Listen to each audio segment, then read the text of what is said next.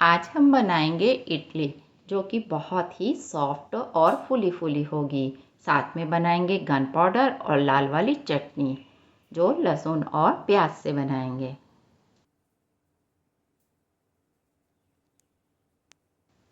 तो सबसे पहले एक बाउल ले लेंगे और उसमें 4 कप चावल डाल लेंगे। ये चावल इडली वाले चावल हैं, आपको ये दुकान पर इजीली मिल जाएंगे। दूसरे बाउल में 1 कप उड़द की दाल ले लेंगे। 4 कप चावल और 1 कप उड़द की दाल, दोनों को अच्छी तरह से वॉश कर लेंगे और इन्हें भीगने के लिए छोड़ देंगे।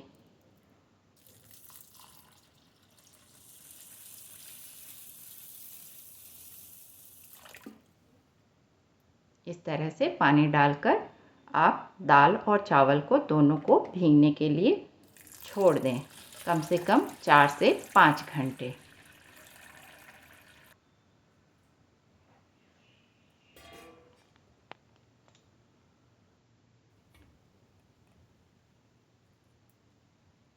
पाँच घंटे हो चुके हैं और दाल काफ़ी सॉफ्ट हो गई है।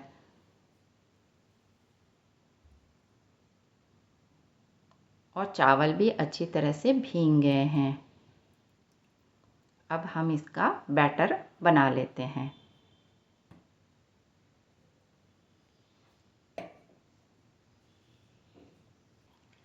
तो मिक्सी की जार ले लेते हैं और उसमें हम सबसे पहले दाल को पीस लेंगे। तो ये दाल को हम इसमें डालकर और थोड़ा थोड़ा पानी डालकर रुक रुक कर पीस लेंगे।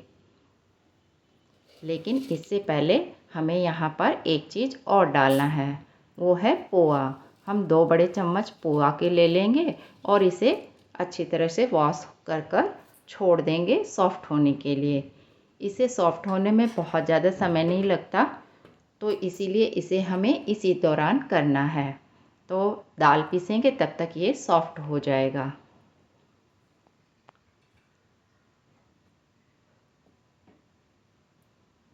दाल को हमें रुक रुक के पीसना है और बीच बीच में थोड़ा थोड़ा पानी डालते रहना है।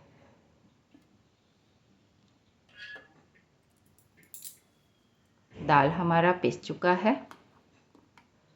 दाल इतनी अच्छी तरह से पिसा हुआ होना चाहिए कि उसमें बिल्कुल भी दाने नजर न आए, बिल्कुल इस तरह से।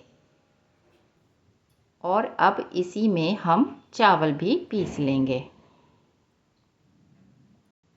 चावल को हमें 2-3 बैच में पीसना होगा ताकि वो अच्छी तरह से बिल्कुल बारीक पिस जाए। चावल हमारा पिस गया है। दाल और चावल सेम उसी तरह से पीसना है, थोड़ा थोड़ा रुक रुक के। ये देखिए चावल बहुत ही अच्छी तरह से पिस गया, बिल्कुल दाने नजर नहीं आ रहे। बस इसी तरह से हमें सारे चावल और पोहा उनको भी चावल में ही डाल के पीस लेना है, जो पोहा हमने भिगोया था।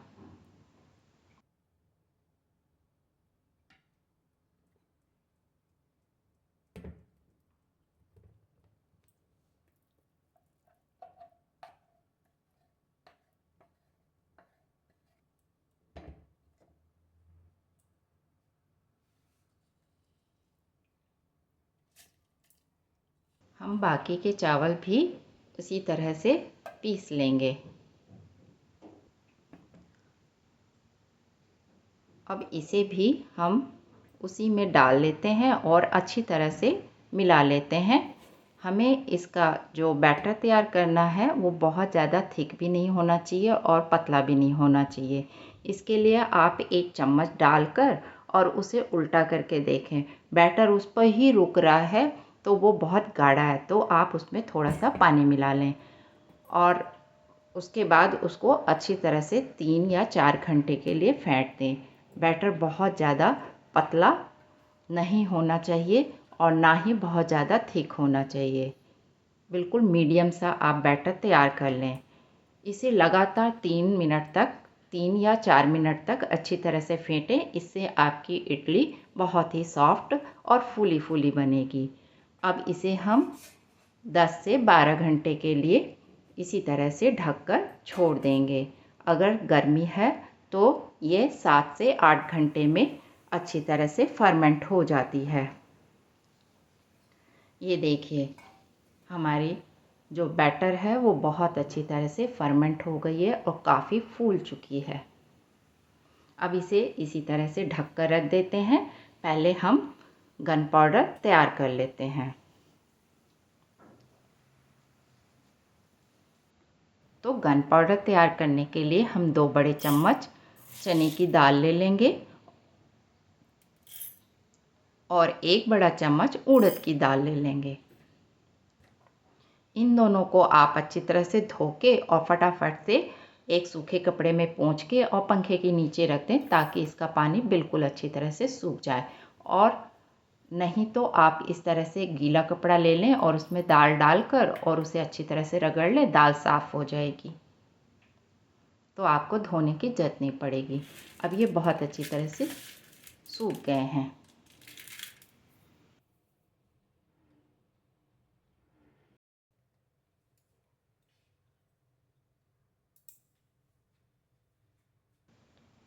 जब पैन गरम हो जाए तो हम इसमें थोड़ा सा घी डालेंगे। यहाँ पे मैंने 1 चम्मच घी डाला है। इसमें बिल्कुल नाप के ज़रूरी नहीं है कि 1 चम्मच डालना है। आप बस इतना डालें क्योंकि हमें इसमें दाल को भूनना है।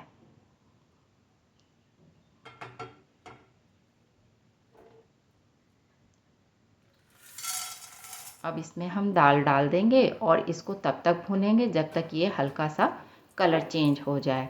इसे बिल्कुल ज़्यादा डार्क कलर नहीं करना, इसका हल्का सा लाल हो जाए बस तब तक भूनना है हमें।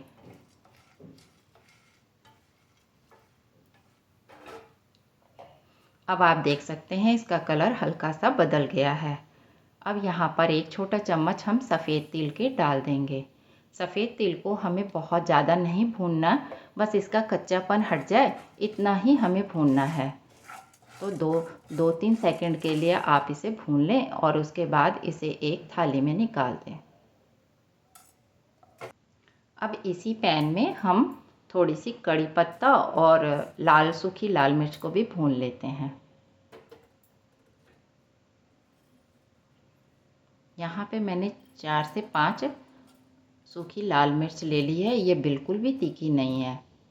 अगर आपको थोड़ा तीखा पसंद हो तो आप इसमें एक तीखी वाली लाल मिर्च भी डाल सकते हैं।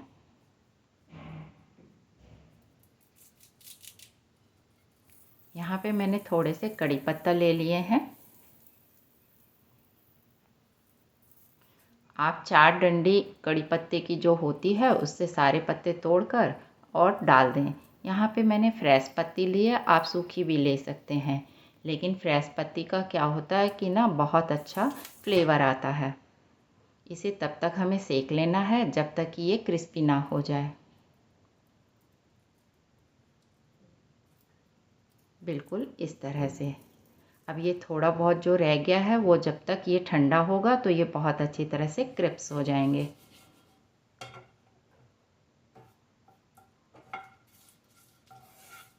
अब इसको हम उसी प्लेट में निकाल देते हैं जिसमें हमने चने की दाल को भून के निकाला है।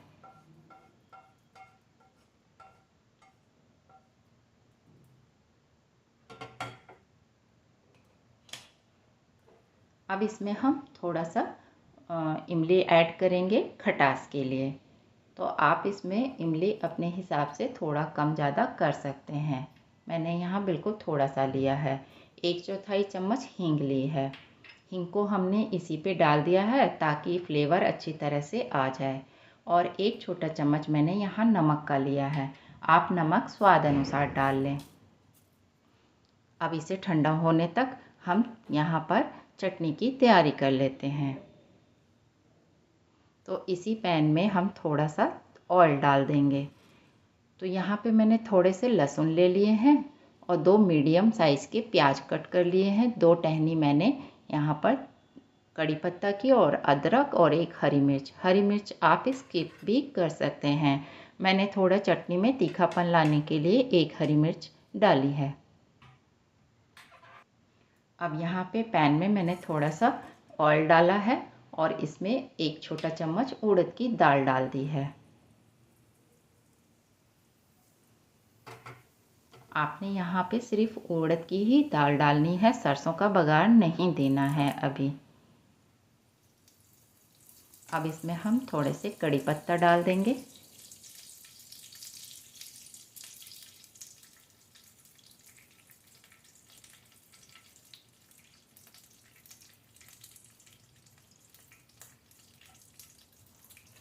मैंने थोड़े से कड़ी पत्ता रख लिए हैं और बाकी सारा इसमें डाल दिया है।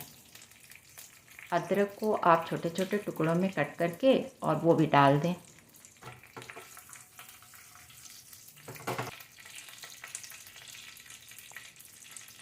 अब इसमें हरी मिर्च और लहसुन डाल देते हैं।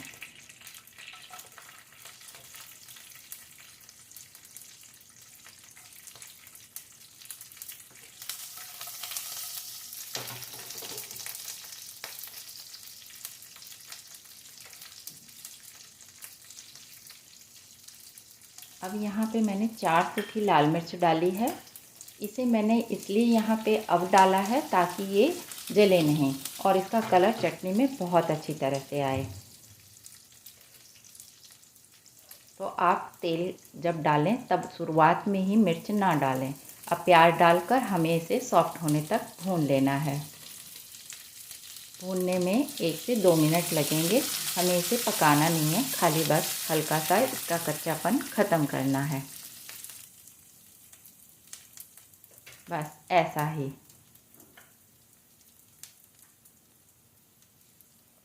अब खटास के लिए हमने यहाँ पर थोड़ी सी इमली ले ली है।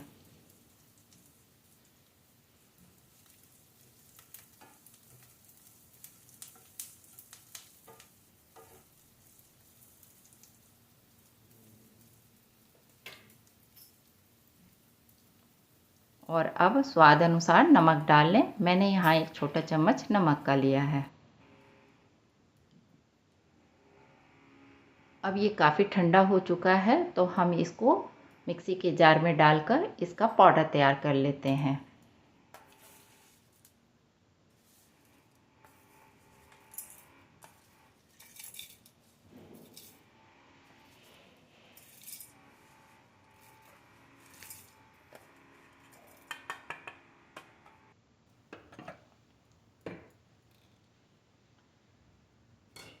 बस, तो ये हमारा तैयार हो गया गन पाउडर।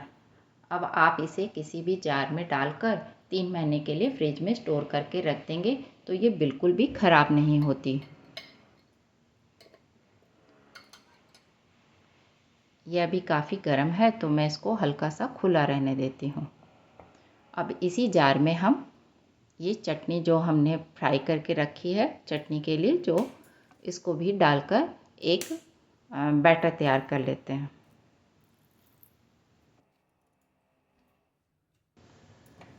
अब इसी जार में हम चटनी को भी पीस लेंगे।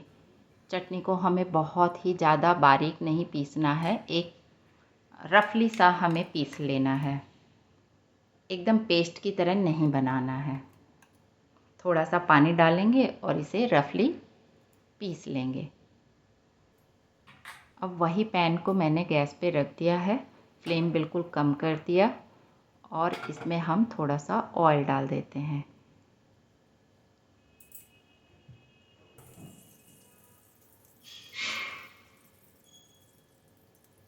अब इसमें हम 1 छोटा चम्मच सरसों के दाने डाल देंगे।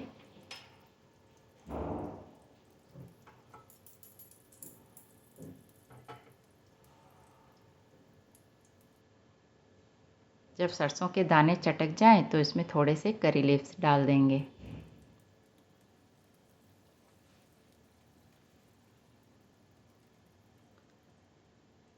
अब जो हमने चटनी पीस के रखी है उसको हम इसमें डाल देते हैं। ये अभी काफ़ी थिक है तो इसमें हम थोड़ा सा और पानी मिला देंगे। तो मैंने मिक्सी के जार में ही पानी डालकर और उसे हिलाकर इसमें डाल दिया है।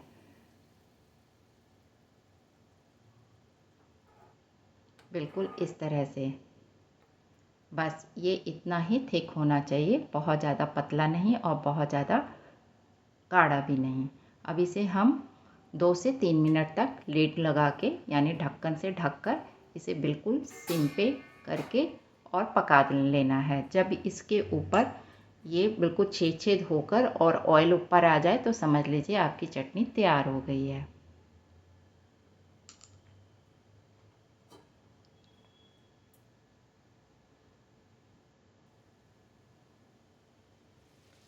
ये देखिए, ये ऑयल इस तरह से आ गया है तो हमारी चटनी बनके तैयार हो गई है।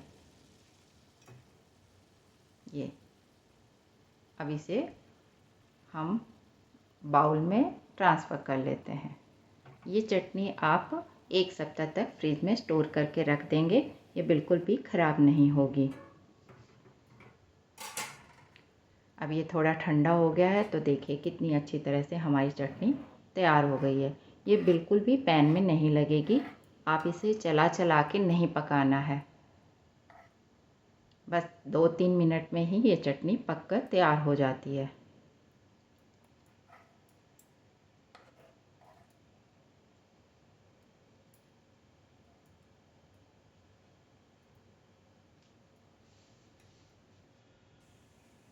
अब हम बैटर को देख लेते हैं। आप इस बैटर को किसी और बाउल में निकाल कर फ्रिज में स्टोर करके रख सकते हैं। जब बनाना हो तो उसे आधे घंटे पहले निकाल लें और उसमें नमक मिलाकर और नॉर्मल होने पे आप उसे बना लें। वो बैटर फूली फूली तो नहीं रहती है फ्रिज में, लेकिन उससे इडली बहुत सॉफ्ट बनती है। आप देखिए हमारे बैटर कितनी अच्छी तरह से फर्मेंट हो चुका है। अब इससे जो इडली बनाएंगे वो बहुत ही सॉफ्ट बनेगी, बहुत अच्छी तरह से फूली हुई है। अब जो बाकी का बैटर हमारा बच जाएगा जिसे हमें इस्तेमाल करना, उसमें हम नमक डाल देंगे और हल्का सा हिला देंगे। अब मैंने यहाँ कुछ कटोरी ली है, उसमें थोड़ा सा घी डालकर गार्निश कर लिए, पूरा अच्छी तरह से सीजनिंग कर ली है कटोरी को। यहाँ मैंने स्टीमर चढ़ा दिया है ताकि स्टीमर अच्छी तरह से गर्म हो जाए। अगर आपके पास स्टीमर ना हो तो आप कोई भी गहरा बर्तन लेके उसमें पानी डालें और उस पर जाली वाली थाली रखकर उस पर कटोरी रखकर ऊपर से कोई ढक्कन से ढक दें, उसमें भी इडली बनके तैयार हो जाएगी। अब मैंने यहाँ पर बैटर में नमक डाल लिया है और उसको हल्के से मिला लिया है और कटोरियों में मैंने डाल दिया है। कटोरियों में आपने बहुत भर के नहीं बैटर डालना है, आधे से भी कम कटोरी भरी होनी चाहिए। बहुत ज़्यादा भरे रहने से वो अच्छी तरह से पकेगी भी नहीं और फूलेगी भी नहीं। अब यहाँ स्टीमर हमारा गर्म हो चुका है तो हम थोड़ा सावधानी से इसे हटा लेते हैं और इसमें हम कटोरियाँ रख देते हैं। तो मेरे इसमें 3 कटोरी आ गई है और इसके ऊपर वाले में भी हम जितनी जगह होगी उस हिसाब से कटोरियाँ रख देते हैं।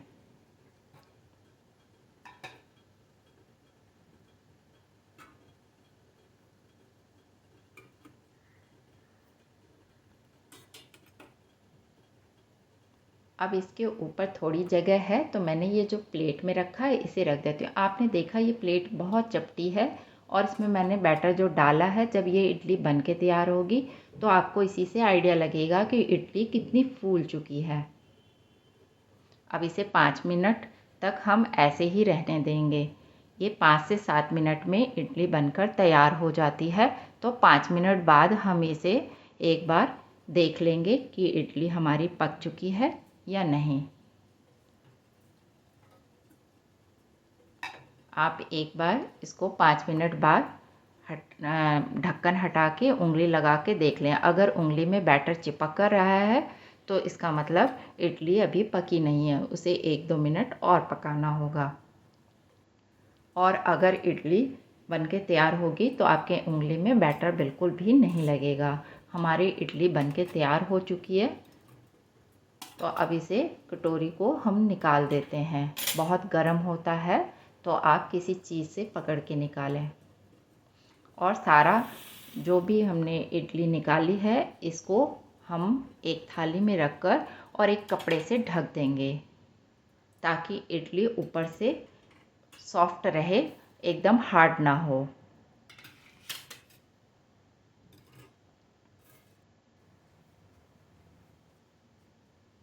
अब इस तरह से मैंने इसे ढक दिया था और मैं अभी भी ये थोड़ा गर्म है, लेकिन मैं आपको निकाल के दिखाती हूँ क्योंकि मुझे इसमें और भी इडली बनानी है, तो मैं इसी कटोरी का इस्तेमाल कर लूँगी। इसको हम निकाल के और इस कटोरी को अब हम थोड़ा सा फिर वापस से घी लगाकर चिकना कर लेंगे और फिर उसमें दोबारा से इडली का बैटर डाल के इडली बना लेंगे। अब ये हमने इस तरह से सारी इडली निकाल ली है।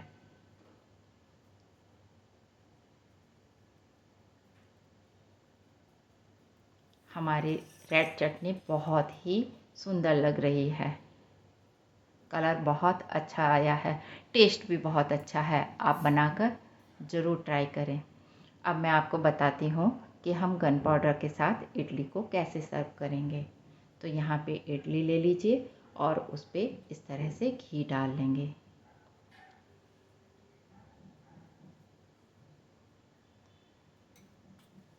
ये इडली वही वाली इडली है जो हमने प्लेट में लास्ट में डाली थी।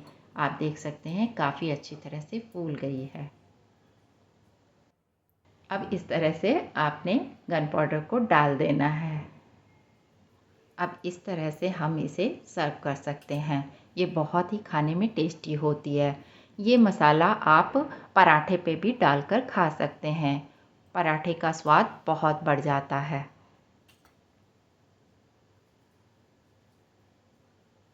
अब मैं आपको एक इडली तोड़ के दिखाती हूँ। आप देखिए कितनी सॉफ्ट बनी है और काफ़ी फूली हुई भी है। अब देखिए अंदर से तोड़ के दिखाती हूँ, ये बिल्कुल स्पॉन्जी है। जब इसे आप सांभर के साथ डिप करके खाएंगे तो ये सांभर को अपने में पूरा एब्जॉर्ब कर लेगी।